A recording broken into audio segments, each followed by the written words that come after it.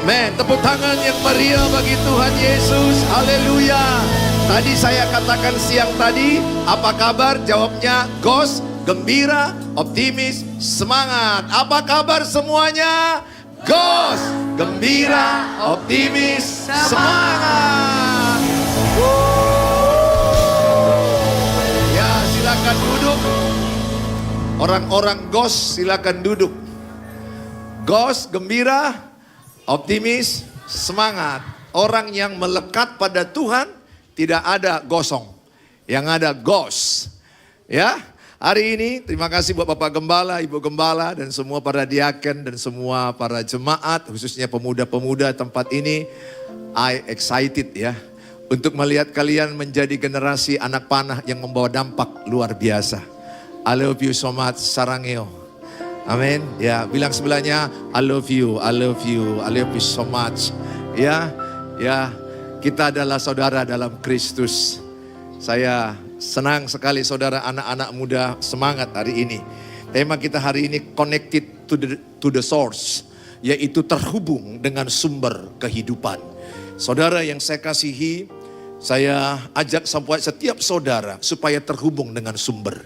Kalau saudara punya HP, mau merek apapun mahalnya, kalau tidak terhubung dengan sumber energi, gak ada gunanya.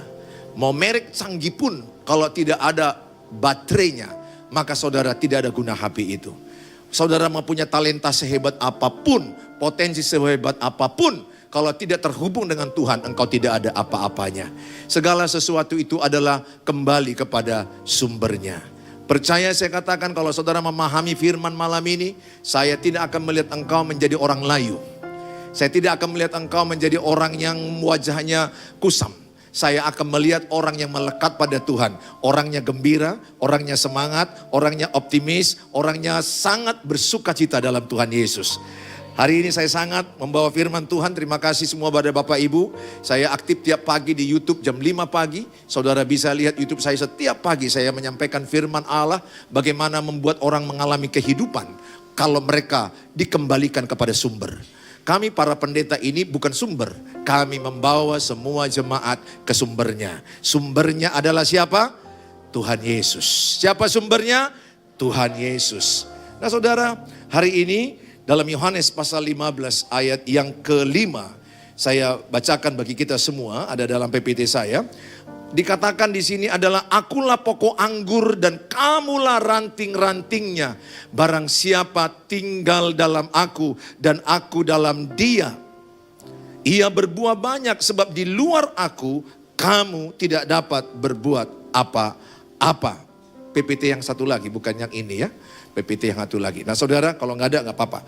Saya akan terangkan, ayat ini berkata adalah, akulah pokok anggur dan kamulah rantingnya. Katakan sama-sama, Yesuslah pokok anggur. Katakan, saya rantingnya. Bilang sebelahnya, engkau rantingnya. Tinggallah dalam pokok itu, supaya kau berbuah. Amin. Saudara, membuat pohon jeruk itu berbuah, tidak perlu kita harus dengan cara, oh kita lakukan, berbuahlah kau pohon jeruk, berbuahlah kau pohon jeruk.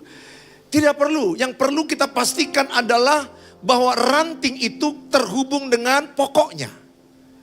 Kalau ranting tidak terhubung dengan pokoknya, apa yang terjadi? Ranting itu akan kering, ranting itu akan mati. Ranting itu tidak berbuat apa-apa. Saudara, ini memang sederhana khotbahnya, sering kalian dengar. Kan lagunya itu ada, Yesus pokok dan kita tinggallah di dalamnya. Ya, coba disesuaikan Bang, dari kunci F. Ya, kita praktekkan ya, Yesus pokok dan kitalah sarangnya. Tinggallah di dalamnya, maka kita akan berbuah. Ya. Yang lulus sekolah minggu pasti tahu lagu ini.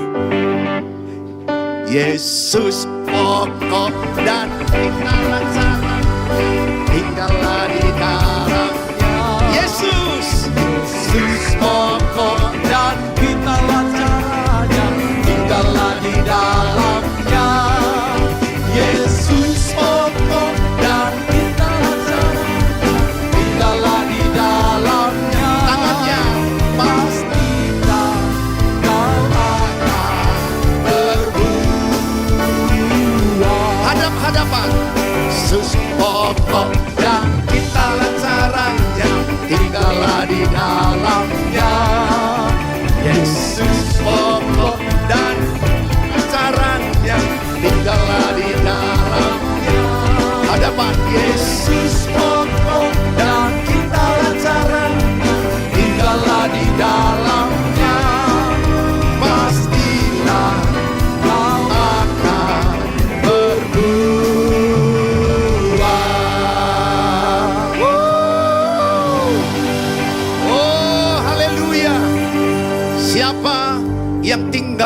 dalam Tuhan Yesus pasti berbuah. Amin. Bagianmu apa? Melekat. Bagianmu apa? Tinggal dalam Tuhan.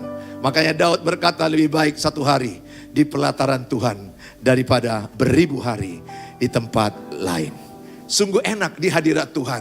Saudara yang saya kasihi, saya ajak setiap saudara memahami mengapa kita harus melekat pada Kristus.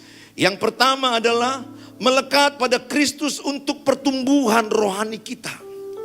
Kalau kita melekat pada Kristus, maka rohani kita akan bertumbuh dan kita akan berbuah lebat. Maka kalau kita lihat sebuah ranting yang betul-betul melekat pada pokoknya, maka semua apa yang ada pada pokoknya akan mengalir ke ranting-rantingnya. Saudara, bagian dari ranting itu apa? Melekat. Saya ranting, kalian ranting. Tapi lihat, ada orang Kristen yang tidak bertumbuh rohaninya. Ada orang Kristen yang hidupnya tidak semangat, tidak penuh kemenangan. Percaya saya katakan ciri orang Kristen itu 2S. Semangat, sukacita. Ya, amin. Katakan ciriku 2S. 1, 2 ya. Ciriku 2S. Semangat dan sukacita. Bilang sebelahnya, cirimu 2S. Semangat, sukacita. Bilang kau bukan es lilin, tapi 2S. Apa itu? Semangat, sukacita. Maka orang yang berdoa pasti semangat hidupnya. Tunjukkan ke saya siapa yang suka berdoa tidak semangat. Kupastikan dia salah berdoa. Kupastikan dia asbun dalam doa. Tidak ada orang yang benar berdoa, habis doa layu, mengeluh. No way. Anak Tuhan Yesus tidak boleh mengeluh. Amin. Anak Tuhan Yesus itu ciri-cirinya apa? Melimpah dengan ucapan syukur. Karena Tuhan katakan, mengucap syukurlah dalam segala hal. Sebab itu yang diinginkan Kristus bagimu. Saya mengajak setiap saudara melekat. Bagian saya sebagai gembala, mengajak domba-domba itu, ayo melekat pada Tuhan.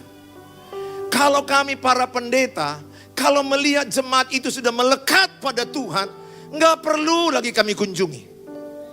Rata-rata yang kami kunjungi itu adalah ranting-ranting yang kurang melekat. Yang kurang melekat pada Tuhan selalu kerjanya tersakiti. Tersinggunglah, kecewalah, sakit hatilah. Tapi kalau sudah dia melekat kepada Tuhan, saya percaya pertumbuhan rohaninya luar biasa. Dia akan berbuah lebat, tidak akan pernah layu daunnya. Apapun yang dikerjakannya berhasil dan beruntung. Haleluya. Amin. Bilang sebelahnya, melekat pada Tuhan. Rajin-rajin kau berdoa. Baca Alkitab. Saat teduh tiap pagi. Amin. Makanya saya sebagai gembala selalu ingin memastikan apakah mereka saat teduh. Pertumbuhan rohani yang terbesar bukan di ibadah raya, saat teduh. Kalau sudah punya saat teduh, pertumbuhan rohaninya 80%. Kalau masih lompat-lompat di sini tidak baca Alkitab, tidak saat teduh, dia hanya beramai-ramai di gereja. Tapi ketika kesendirian, dia nggak ada apa-apanya. Sementara menghadapi masalah hidup ini kadang-kadang sendirian, betul? Kadang-kadang hanya sendirian antara kau dengan Tuhan. Tadi pagi saya masukkan di TikTokku, begini kalimatnya. Rugi yang tidak ikut TikTok saya. Ikuti Suheri Gultom 01. Saya bilang begini di TikTok saya. Tidak ada orang yang peduli dengan stresmu. Tidak ada orang yang terlalu peduli dengan mentalmu, kesehatan mentalmu, dan stresmu. Jangan harapkan pendetamu mengerti stresmu. Jangan harapkan orang lain mengerti stresmu. Yang paling mengerti tentang stresmu adalah siapa? Dirimu dan Tuhan. Makanya jangan coba-coba engkau berharap orang lain menghiburmu. Jangan coba berharap orang lain yang akan menolongmu. Alkitab bilang terkutuklah orang yang berharap orang lain yang menolongmu. Diberkatilah engkau yang berharap hanya kepada Tuhan. Saya berkata kepadamu, ibu, kalau kulihat dari depan ini, beberapa wajahmu, wajah banyak persoalan. Karena saya tahu tidak ada orang hidup yang tidak punya persoalan. Semua orang punya persoalan. Tapi bagi saya, sepanjang ibu berdoa, saya hanya katakan, semua indah pada waktunya. Ibu pasti menang. Karena janji Tuhan, Roma 8 ayat 37, anak-anak Tuhan lebih daripada pemenang kalau dia melekat pada Tuhan. Makanya saya ajak semua saudara, mulai besok pagi saat teduh. Katakan, mulai besok pagi saya saat teduh. 1, 2 ya. Bilang sama sebelahnya, disiplin kau ya. Kita bukan sekedar tahu tentang Yesus, tetapi kita hidup dalam Yesus. Kita akan belajar di poin pertama, melekat pada Kristus untuk pertumbuhan rohani kita. Yang pertama saya akan ajak sama saudara di Mazmur 1 ayat 2 sampai 3. Next berikutnya. Dikatakan adalah, tetapi yang kesukaannya ialah Taurat Tuhan. Dan yang merenungkan Taurat itu siang dan malam. Ia seperti pohon yang ditanam di tepi aliran air, yang menghasilkan buahnya pada musimnya, dan yang tidak layu daunnya. Apa saja yang diperbuatnya berhasil. Saudara, ini ayat dikatakan, tetapi yang kesukaannya ialah Taurat Tuhan, yang merenungkan Taurat itu siang dan malam. Dalam kitab Yosua 1 ayat 8, Tuhan bicara kepada Yosua yang stres. Yosua sedikit agak stres karena dia masih muda belia, akan memimpin umat Israel yang hampir 2 jutaan menggantikan Musa. Dia merasa gelisah, bagaimana bisa aku memimpin Israel sementara Musa mentorku merasa tidak mampu juga, apalagi aku. Tapi Tuhan bilang kepada Yosua apa? Kuatkanlah dan teguhkanlah hatimu. Dan Tuhan berkata, renungkan bahasa Ibraninya itu Hagak. Hagak itu adalah memikirkan firman Tuhan, memperkatakan firman Tuhan, menyanyikan firman Tuhan, melakukan firman Tuhan, membagi firman Tuhan. Yosua disampaikan oleh Musa dan berkata, renungkanlah firman, jangan takut. Bilang sebelahnya, jangan takut. Bilang sebelahnya. Lihat sebelahmu itu, apakah wajah ketakutan menghadapi masa depan? Jangan takut kalau engkau merenungkan firman Tuhan. Kalau engkau merenungkan firman Tuhan, Tuhan katakan, apapun yang kau kerjakan berhasil dan beruntung. Saudara, saya bukan mengajarkan teologi kemakmuran harus kaya. Tapi saya hanya mengajarkan kepada semua kita, kepada diri saya, untuk melekat kepada sumber, untuk kembali bersekutu dengan Tuhan. Itu poin daripada pengembalaan gereja. Membawa semua domba-domba itu melekat pada Tuhan. Karena kalau dia melekat pada Tuhan, ayat ini berkata bahwa apa saja yang diperbuatnya berhasil. Jadi bagianmu adalah bagaimana supaya engkau melekat. Apa yang kulakukan Pak Pendeta supaya melekat? Salah satu ibadah seperti ini. Salah satu ada komsel. Salah satu ada yang namanya saat teduh, merenungkan firman. Saya mau tanya sama saudara. Saudara lebih suka merenungkan masalah atau firman? Selamat malam. Saudara lebih suka mana? Merenungkan masalah atau firman? Dua-duanya, nak ya, dua-duanya. Saudara ketika engkau merenungkan masalah, masalahmu tambah besar. Kalau engkau suka merenungkan persoalan, persoalanmu tambah besar. Maka 2 Korintus 4 ayat yang ke-13 bilang begini. Orang yang beriman memperkatakan imannya. Jadi kalau engkau punya masalah, bukan masalahmu terus yang kau bicarakan. Saya melihat jemaat di Medan, kalau mereka selalu membicarakan masalah, merenungkan masalah, fokus pada masalah, semakin lemah, semakin tidak kuat, semakin tidak ada semangat. Makanya Tuhan bilang kan Matius 11 ayat 28, marilah kepadaku yang letih, marilah kepadaku yang lesu, marilah kepadaku yang berbeban berat, maka engkau akan diberikan kelegaan. Kenapa kita letih? Kenapa kita lesu? Jawabnya, karena kita tidak melekat lagi pada Tuhan. Dengar, bukan karena persoalanmu engkau letih. Saya dulu berpikir, saya letih ini karena masalah. Ada masalahku dengan istri dulu. Sampai hampir cerai. Masalahku cukup berat. Berantem, egois. Karena suami istri ini ada aja masalah. 1001 masalah. Istri ini bisa dia menafsirkan bahasa napas. Entah di mana lah kalian belajar istri-istri katakan oi, istri-istri. Banyak suamimu stres melihatmu. Satu waktu istriku suruh saya angkat galon aqua. Pak, angkat dulu galon itu, ganti dulu. Saya hanya tarik napas. Baru dia bilang, Papa nggak apa ya, nggak rela ya, nggak suka ya, nggak mau ya menolong ya. Papa nggak mau ya.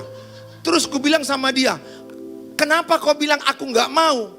Ku bilang sama dia, ya napasmu kenapa panjang? Apa salah napas panjang? Saya kan hanya tarik napas. Saya kan tidak bilang nggak mau. Tapi dia bilang, apa? Tadi napasmu panjang kali kulihat tadi. Iya. Orang kan bisa bernapas panjang, bisa bernapas pendek. Tapi itulah wanita-wanita ini makhluk halus. Maksudnya apa? Perasaannya halus. Karena halusnya bisa menafsirkan bahasa napas. Jadi hati-hati Bang Ramot bernapas. Karena bisa mereka tafsirkan bahasa napas.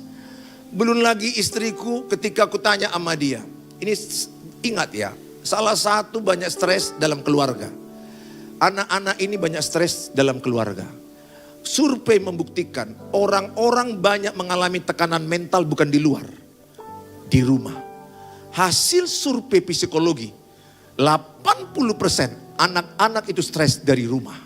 Karena anak-anak melihat papa mama yang bertengkar.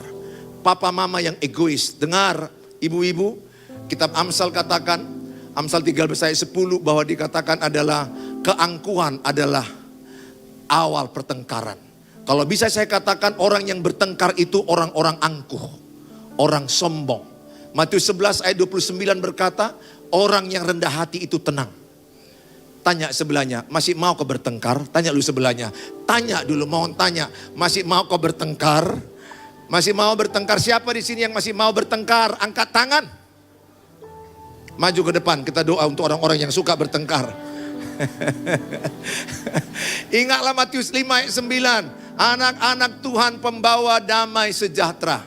Siapa di sini anak Tuhan Yesus? Angkat tangan. Katakan, saya pembawa damai.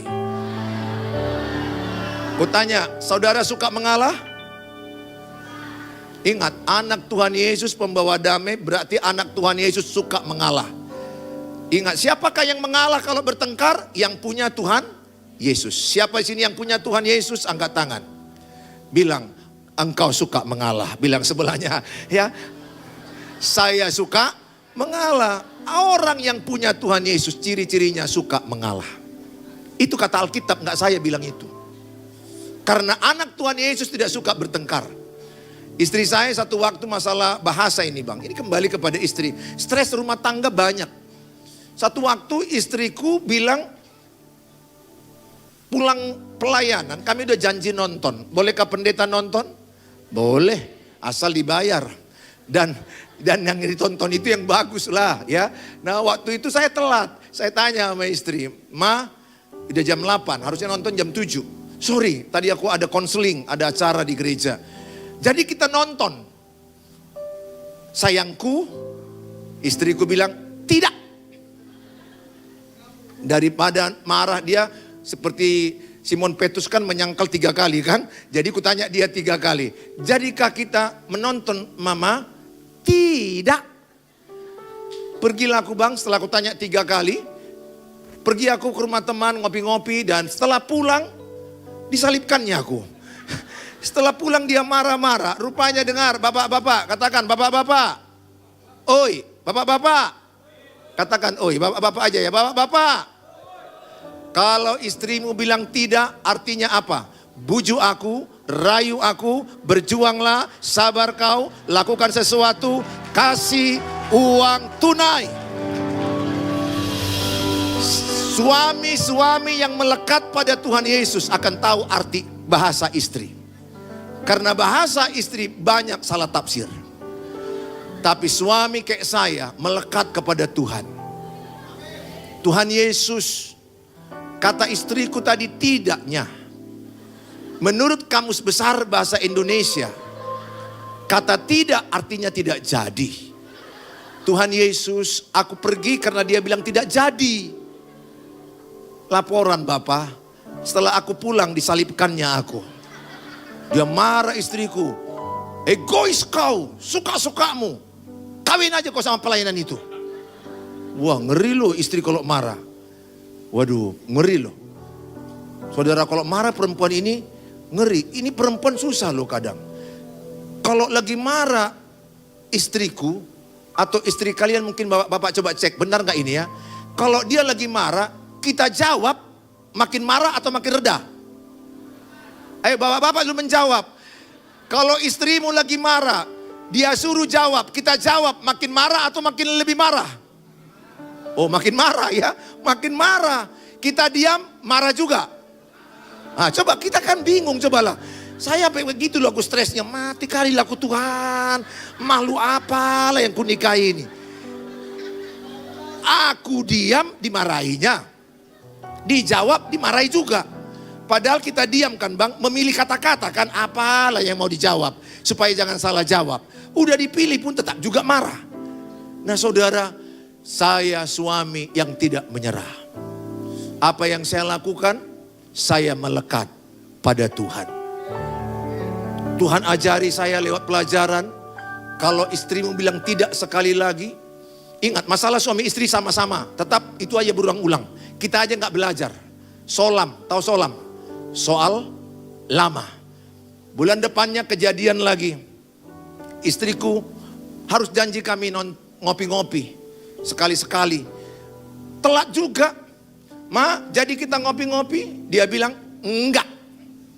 Di otakku bang, bujuk aku, rayu aku, berjuanglah, sabar kau, lakukan sesuatu.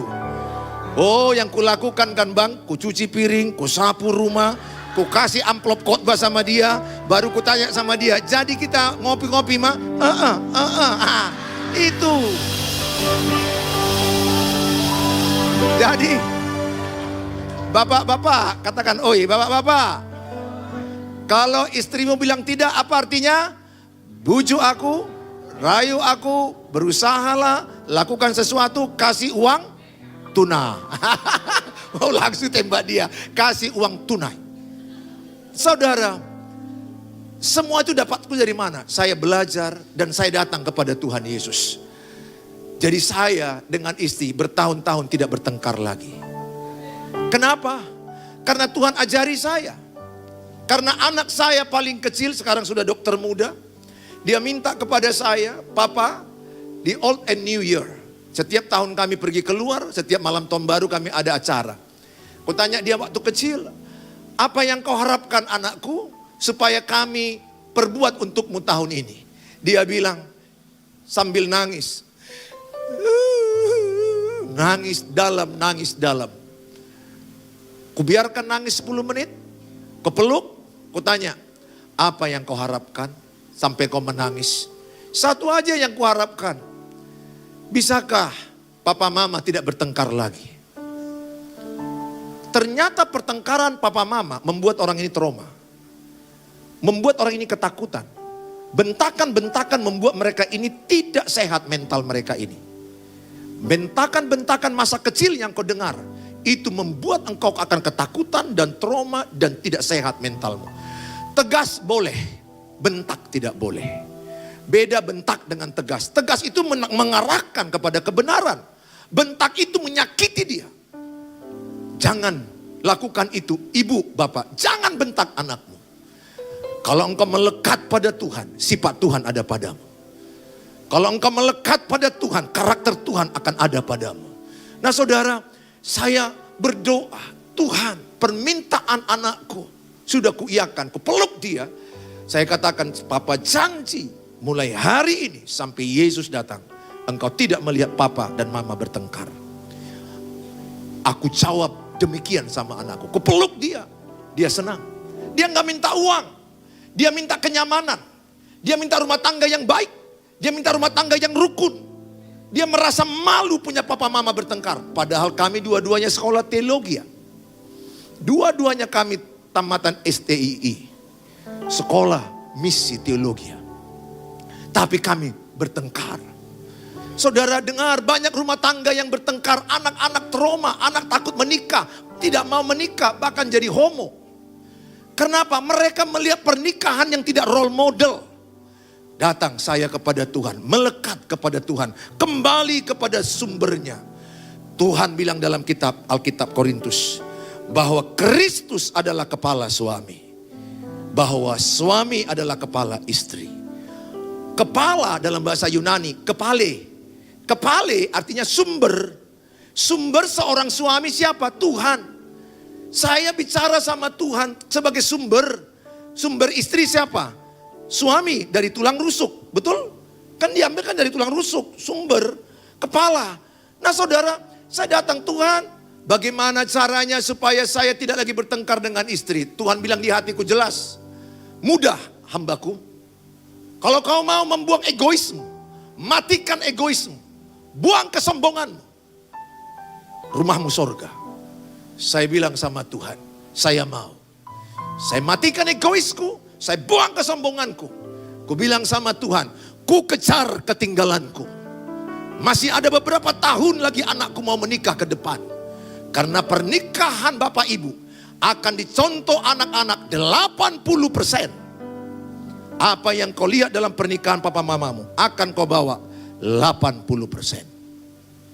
Tapi kalau engkau melekat pada Tuhan, Tuhan sanggup pulihkan.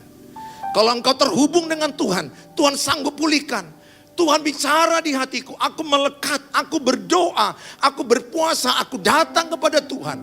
Tuhan mampukan aku matikan egois. Dan rumahku sorga. Jadi rumahku sorga bukan sempurna. Paling tidak gak ada pertengkaran, gak ada suara ribut. Beda pendapat wajar. Namanya menikah dengan lawan jenis. Banyak perbedaan. Dengar ibu dan bapak, pulanglah dari tempat ini. Matikan egoismu, matikan kesombonganmu. Kupastikan rumahmu sorga. Pasti rumahmu sorga. Banyak orang melayani, rumahnya penuh pertengkaran.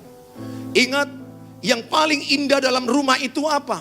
Rasa nyaman berbicara, nyaman berkomunikasi. Itulah sorga dalam keluarga. Rata-rata banyak saya menjumpai, anak-anak itu memendam di hatinya. Menyimpan kepahitan, sakit hati. Dia tidak berani berbicara. Istri-istri banyak bilang ke saya, Pak Pendeta, bagaimana bisa aku ngomong nyaman dengan suamiku? Sedikit aja aku ngomong udah meledak. Gak bisa Pak. Ingat, orang yang meledak itu adalah orang yang terluka. Inner child. Masa kecilmu ibu-ibu terluka. Lukamu belum sembuh sehingga engkau melukai anak-anakmu. Bapak-bapak, masa kecilmu terluka, kalau tidak sembuh, engkau akan melukai istrimu dan anak-anakmu. Ketika engkau melekat kepada sumber. Saudara, back to the source. Kembali kepada sumber, maka saudara akan merasakan healing di hadirat Tuhan. Kesembuhan itu banyak terjadi di hadirat Tuhan. Saya mengajak setiap saudara, milikilah hati yang datang kepada Tuhan, melekat. Apapun persoalanmu, kalau engkau melekat pada Tuhan, Tuhan akan menuntun engkau kepada rencananya. Bahkan Tuhan berkata, Allah turut bekerja mendatangkan kebaikan bagi orang yang mengasihi Dia. Saya mengalami benturan dalam keluarga. Tuhan katakan ke saya, engkau akan jadi konselor keluarga dan engkau akan membimbing banyak pendeta dalam berkeluarga. Itu jauh long time ago. Saya akhirnya sekolah teologi keluarga dan sekarang saya banyak membimbing para pendeta dalam berkeluarga. Kenapa? Karena kalau kita kembali ke sumber, kita akan memperoleh hikmat daripada Tuhan. Ingat, ranting itu tugasnya hanya satu, melekat. Tugasmu hanya satu, melekat pada Tuhan. Saudara, saya senang anak muda. Tadi siang kau kumpul, datang sampai sore ini. Kulihat di sesi yang ketiga ini, wajahmu tetap semangat berapi-api. Hanya beberapa aja agak berjuang keras, merasakan ngantuknya. Gini-gini dia, gak apa-apa. Gak apa-apa nak, gak apa-apa. Jangan kau tertuduh, gak apa-apa. Aku ini bapakmu. Udah hebat kau seperti ini. Udah hebat loh, betul. Itu hanya beberapa, selebihnya masih terang kulihat. Yang tadi itu kulihat gini-gini dia, itu sudah berjuang kau. Enggak apa-apa nak, Bapak itu sayang samamu. Melekat pada Tuhan, itu sumber segala-galanya. Tuhan akan arahkan engkau mau jadi apa ke depan ketika engkau bersekutu dengan Tuhan. Tuhan itu bicara spesifik apa yang kita lakukan. Ketika banyak orang bicara ke saya yang stres, mereka bilang, Pak Pendeta, bagaimana cara mendengar suara Tuhan? Saya bilang, sederhana Bu. Ketika ibu mendengarkan suara firman dalam hatimu, itu suara Tuhan. Jadi suara Tuhan itu bukan macam-macam. Firman Tuhan adalah suara Tuhan. Ingat dalam keluarga, ada 4 F dalam menghadapi masalah. Coba aku tanya sama bapak-bapak, ibu-ibu. F yang mana kalian? Ada yang dulu saya alami F1, fight. Kalau ada masalah, bawaan saya marah. Kalau istriku bully saya bully dia. Wah, dia marah, saya marah. Itu dulu yang kami lakukan. Yang pernah sampai apa rupanya? Istriku bilang, emangnya takut aku samamu? Pernah loh bang. Aku bilang juga, aku juga gak takut samamu. Baru dia berteriak-teriak. Ingat wanita ini bang, makhluk berteriak. Siapa di sini istri-istri yang suka berteriak? Istriku berteriak. Kita ini kan pendeta, gembala, udah biasa mengusir setan. Jadi kupikir istriku ini kemasukan setan. Dalam nama Yesus, setan yang ada di kepala istriku, keluar. Nggak keluar, dia tetap berteriak. Makin kuat pun bang, makin kuat. Apa? Nggak ada itu. Bacot kau katanya, coba yuk. Sampai begitu loh pernikahanku. Oh nggak mau kalah aku. Ku datangi dia, ku peluk, ku pegang kepalanya. Setan yang ada dalam kepala istriku. In the name of Jesus Christ. Bahasa Inggris aku berkalah iblis ini kupikir. Mungkin bahasa Indonesia ini, mungkin iblisnya dari Inggris. In the name of Jesus Christ. Out. Keluar. Dia bilang bang, dilihatnya wajahku.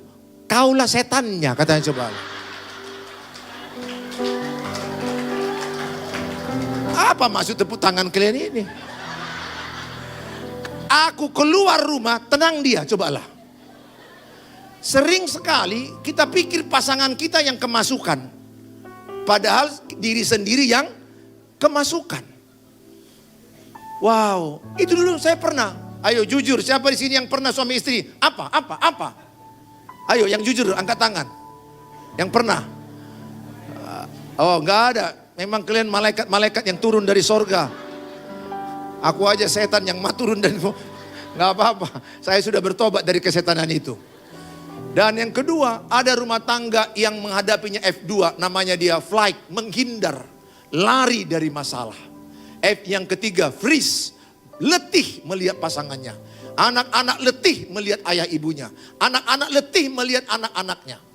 Freeze, freezer, beku, letih. Sampai ada istri bilang gini sama saya, Pak Pendeta, bisakah aku berdoa supaya suamiku lebih cepat pulang ke rumah Bapak di sorga?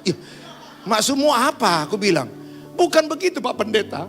Daripada dia pulang ke rumah pelakor, iya betul juga ya. Dari mana lebih baik, pulang ke rumah pelakor atau ke rumah Bapak di sorga? Ditanya saya, Bapak aku tanya, mana lebih baik? Suamiku pulang ke rumah pelakor atau dia pulang ke rumah Bapak di sorga? Berat jawaban itu bu, gue bilang berat. Saking letihnya dia. Ingat, kalau udah suami selingkuh, istri trauma seumur hidup. Dengar bapak-bapak, kalau engkau sudah selingkuh, istrimu trauma seumur hidup. Kalau sudah selingkuh istri, suami bisa trauma seumur hidup. Anak-anak bisa trauma seumur hidup. Tapi walaupun terjadi itu, kalau kita datang kepada sumber, tidak ada mustahil. Semua bisa dipulihkan Tuhan Yesus. Amin. Semua bisa dipulihkan Tuhan Yesus. Maka yang F yang keempat, face. Katakan face. Katakan hadapi masalahmu baik-baik. Bilang sebelahnya. Bicara baik-baik. Doakan baik-baik. Bilang sebelahnya hasilnya pasti baik. Ingat ya anak-anakku, sarangeo, anak-anak gadis. Kalau engkau suka-suka silent is toxic. Jiwamu lagi sakit. Nanti cowokmu kalau nanya, apa masalah kita Leni?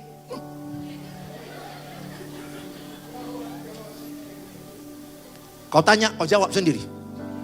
Loh, ngeri loh istri-istri ini. Istri juga bisa begitu. Dia berharap kita tahu apa yang gak dikasih tahu dia. Kami kadang-kadang stres. Ingat, kalau cowok yang suka ngamuk-ngamuk itu sakit jiwanya. Face, hadapi baik-baik. Saya Pak Bang Ramot, Pak Pendeta. Tidak ada masalah selama 55 tahun hidupku. Kalau ku hadapi bersama Tuhan, tidak ada solusi. Semua masalah yang kulewati dalam gereja, pernikahan, mendidik anak, keuangan, semua pelayanan. Kalau aku datang kepada Tuhan Yesus, selalu ada jalan yang disediakan Tuhan. Selalu ada pertolongan. Selalu ada pertolongan yang diberikan Tuhan. Saya mengajak setiap saudara pahami itu. Maka dikatakan Kolose 2:6-7 dikatakan, tetaplah tinggal dalam Tuhan. Saudaraku, dalam ranting itu dikatakan tinggal dalam Kristus. Ranting hanya dapat berbuah melalui pokok anggur. Penting berdoa, baca firman Tuhan. Kita lihat di Alkitab contoh Daniel. Daniel seperti seorang yang tetap melekat kepada Allah. Lihat Daniel, dia dibuang di Babel. Di Babel itu enggak enak, pembuangan. Pembuangan itu sakit, menderita, tersingkirkan, tidak adil. Diperlakukan tidak baik. Tapi apa yang dibuat oleh Daniel? Dalam Daniel 6:10, dia berdoa disiplin 3 kali sehari. Tidak ada kesalahan selain ibadahnya. Dengar anak-anakku, mungkin kau mau jadi dokter, gak ada uang bapakmu menyekolahkan kau dokter. Atau mungkin engkau menjadi seorang akpol atau apapun yang kau inginkan. Gak ada batas kalau engkau bersama Tuhan. Lagu tadi dikatakan nothing impossible. Tidak ada yang tidak mungkin bagi Tuhan. Bagi Tuhan tidak ada yang tidak bisa. Bagianmu Allah datang kepada Tuhan. Daniel 3 kali sehari dia berdoa. Saudara, seberat hebat pun talenta, seberapa hebat pun talenta pengetahuan atau semangat kita, tanpa tersambung kepada Yesus, semuanya akan lemah. Lihat, dengar para pelayan-pelayan Tuhan. Tetap melekat pada Tuhan. Jangan lihat, oh masih pelayanan kok dia. Kalau tidak terhubung dengan Tuhan, satu waktu dia hilang arah, satu waktu dia layu, satu waktu dia hilang. Saya sudah melihat imanku kenapa jatuh ketika aku tidak melekat pada Tuhan. Ketika aku tidak saat teduh, tidak aku menyatu lagi dengan Tuhan. Banyak hamba-hamba Tuhan hilang. Banyak hamba-hamba Tuhan tidak kuat dalam persoalan. Tetapi saya percaya setiap saudara dan saya, kalau melekat pada Tuhan, saya percaya akan ada berkat-berkat kebaikan Tuhan. Kita akan katakan, saudaraku, aku ingin selalu berada di hadirat-Mu. Amin saudara. Berapa banyak yang selalu ingin dalam hadirat Tuhan? Haleluya. Aku ingin selalu berada di hadirat-Mu. Aku ingin selalu berlindung dalam naungan-Mu. Di bawah kepak sayap-Mu, di bawah kepak sayap-Mu, Kau bawaku terbang tinggi, melintasi langit biru, bagaikan Raja Wali. Kembangkan sayapmu bagai Raja Wali. Bagai Raja Wali, melintasi gunung tinggi. Bagai Raja Wali, melintasi badai hidup.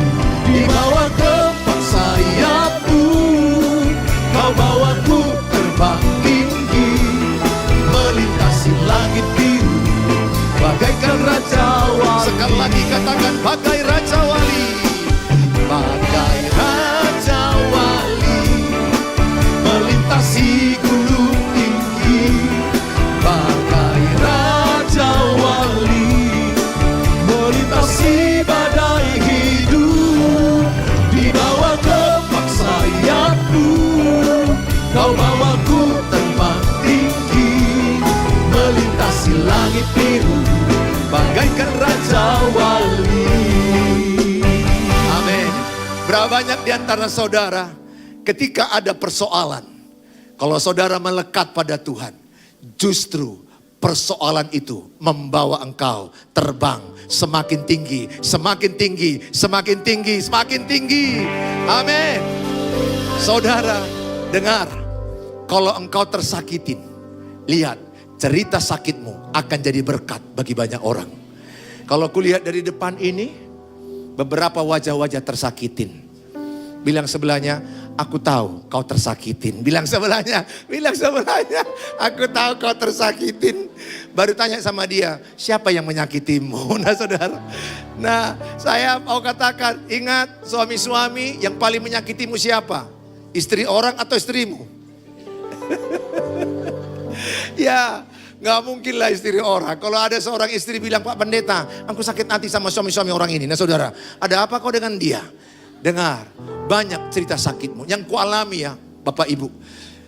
Sakit yang kualami itu jadi berkat bagi banyak orang. Dengar, aku tahu. Aku tahu bahwa engkau punya persoalan. Dari napasmu udah kulihat. Seperti istriku, aku udah belajar dengan istriku ilmu napas. Nah saudara, dengar, pulang dari sini. Apapun persoalanmu, di alam bawah sadarmu, tanamkan bahwa semua itu akan jadi kebaikan bagimu. Bahkan walaupun itu karena kesalahanmu, kebodohanmu, kekuranganmu, seizin Tuhan, Tuhan bisa ubah hidupmu jadi berkat bagi banyak orang. Kalau apa? Kalau engkau melekat pada Tuhan. Tidak ada jalan lain, back to the source. Kembali kepada sumber. Ketika engkau lihat bagaimana Elia, 1 Raja-Raja 19 ayat 4. Elia bilang gini, mati aja aku Tuhan. Bahasa Sibarani, pamate mau Tuhan. Matikanlah aku. Kenapa? Dia minta mati. Jangan pikir Nabi besar gak bisa stres. Musa, saya baca Bilangan 11 ayat 15. Musa stres mengembalakan orang Israel yang mengeluh. Dia bilang, Tuhan kalau begini beratnya mengembalakan Israel, bunuh aja aku Tuhan, supaya aku tidak melihat hari celakaku. Maka saya mau katakan, mengeluh itu suatu kejahatan di hadapan Tuhan. Kutanamkan dalam diriku Bapak Ibu, Tuhan seumur hidupku sampai aku mati, kuharamkan mengeluh.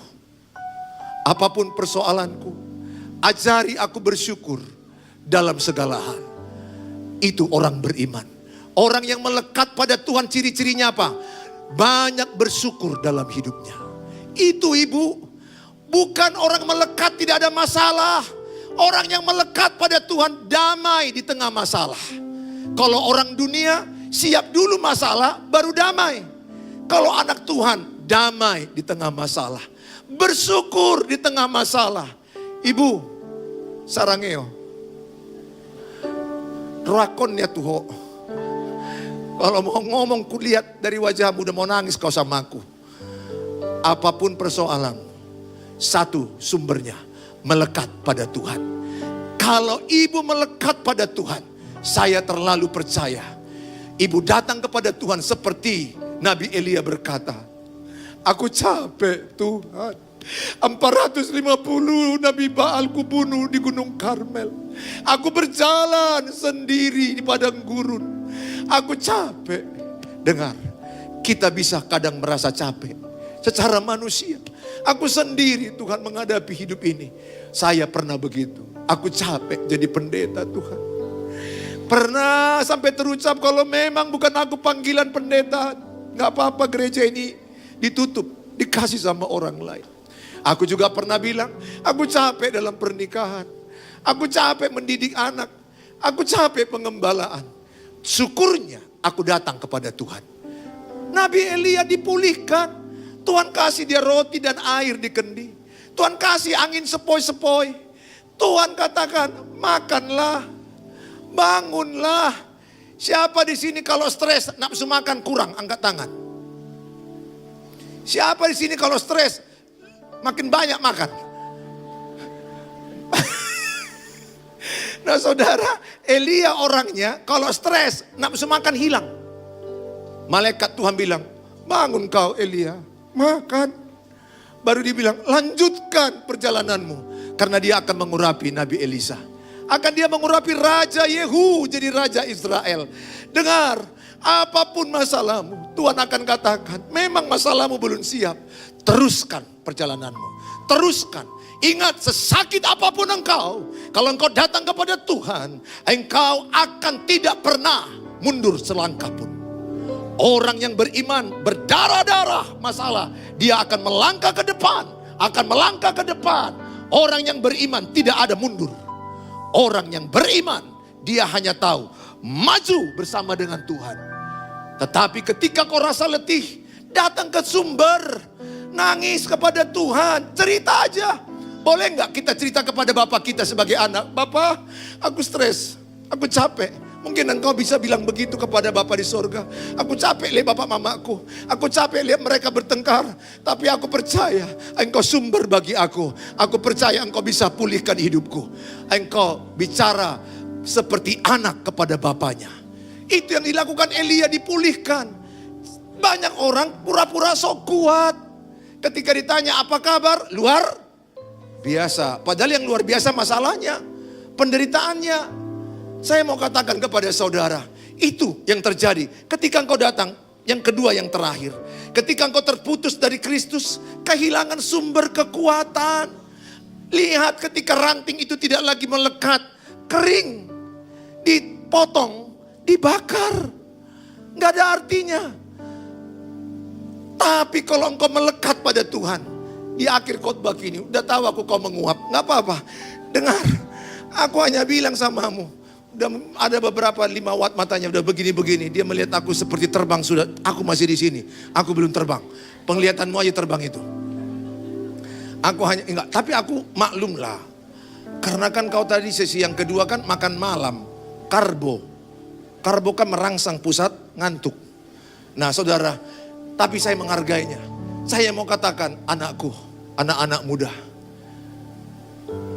I love you so much. Kalau kau rindu sama aku, lihat YouTubeku, Suheri Gultom. Subscribe, like, share, and comment. Bilang, Pak, aku dari Rantau Perapat, Pak. Dengar anakku, hanya satu yang kubilang. Datang kepada Tuhan. Melekat pada Tuhan.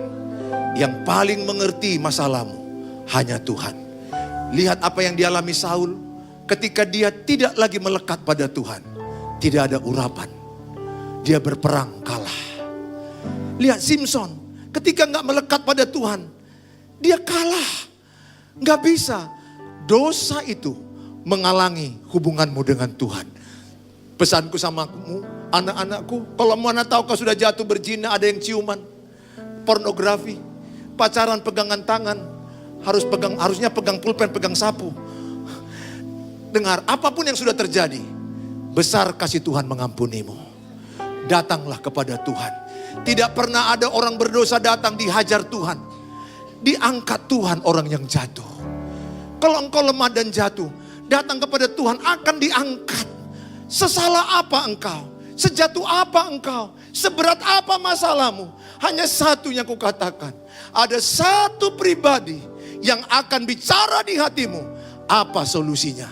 Apa rencana Tuhan ke depan? Itu akan engkau ketahui ketika melekat pada Tuhan. Orang yang melekat pada Tuhan, dia tahu apa yang akan terjadi ke depan. Tuhan bisa bicara, ini lakukan supaya ini yang terjadi. Melekatlah engkau kepada Tuhan. Ibu dan bapak, ajarkan sama anak-anakmu. Matius 11, dikatakan dalam kitab Matius, supaya mencari Tuhan lebih dahulu dan kebenarannya, maka sekaliannya tambahkan padamu. Terlalu saya percaya orang yang datang kepada Tuhan akan ditambahkan yang lainnya. Kalau ada orang makin lama makin berkurang, kemungkinan dia tidak melekat pada Tuhan. Saya bukan mengajarkan teologi sukses, tapi ini kebenaran. Melekat pada Tuhan, semakin ditambahkan, semakin engkau berhasil. Melekat bukan berarti nggak ada masalah. Melekat tetap ada masalah, tapi ada kekuatan baru. Di akhir khotbah saya, terhubunglah engkau dengan Tuhan. HP-mu ini nggak ada gunanya kalau tidak ada baterainya. Mau semahal apa, secanggih apa, tidak ada gunanya. Melekatlah kau pada Tuhan. Bagaimana caranya Pak Pendeta? Datang ibadah. Ikuti FA, ikuti ibadah minggu, ikuti pelayanan. Saya senang melihat generasi muda ini menjadi generasi yang luar biasa di masa yang akan datang. Jadi berkat, menjadi garam dan terang dunia. Dimanapun engkau berada, engkau akan berdampak bagi banyak orang lain. Engkau menjadi berkat bagi orang lain. Engkau menjadi orang berpengaruh. Mari kita datang kepada Tuhan.